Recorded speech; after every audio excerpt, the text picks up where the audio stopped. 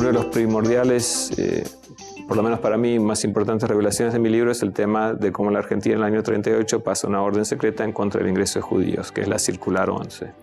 Ahora, yo hablaba con historiadores argentinos, con periodistas argentinos, con diplomáticos argentinos, y todo el mundo lo negaba. Sin embargo, yo sabía, y tuve la suerte de poder recibir una fotocopia de esa orden secreta. Y se salió publicada en el libro en 2002, aunque permanecía siendo secreta. Y tardó 3 años hasta que logré convencer al gobierno argentino que era hora que se derogara esa orden y se hiciera pública, porque seguía estando en vigencia aunque ya no se aplicara. Ahora, lo que hizo esta orden es dividió a los diplomáticos argentinos entre aquellos que la aplicaban y no permitían el ingreso de judíos, y la otra gran mayoría que recibían sobornos por dejarlos entrar.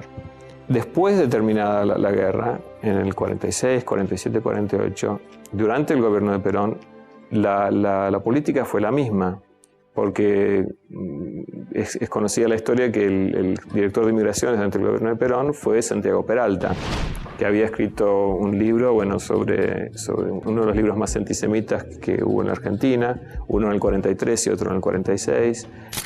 Fue un escándalo, hasta el New York Times publicaba editoriales como puede ser Peralta, el director de Migraciones, y Perón lo sostuvo por un tiempo largo.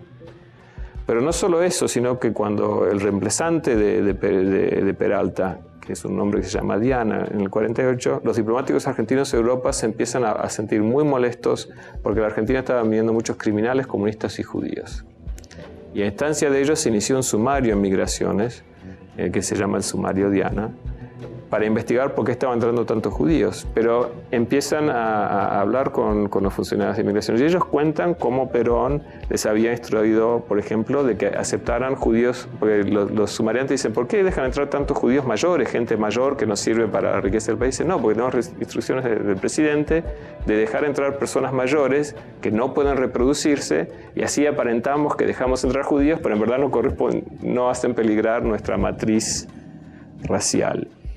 Y esta investigación, trabajando en migraciones, descubre una gran cantidad de criminales, croatas, franceses, Carlos Fulner de las SS, que están en migraciones dejando entrar nazis. Y al final el sumario termina, bueno, que a estos que estaban ayudando a entrar nazis no les iban a hacer nada porque estaban trabajando para la presidencia y que además no era el objetivo de su sumario. En cambio, a los funcionarios de migraciones que se demostró que habían dejado entrar a judíos, los echaron a todos. Entonces, pero lo que te da esto es que no es una cosa que tiene que ver con Perón. Yo creo que Perón actuó dentro de la lógica de su tiempo, con este antisemitismo versión light argentina, que no incluye la exterminación, pero sí no los queremos acá. Pero lo vamos a hacer secretamente. Pero ya desde el año 38 esto estaba secretamente con leyes o con órdenes que prohibía su ingreso.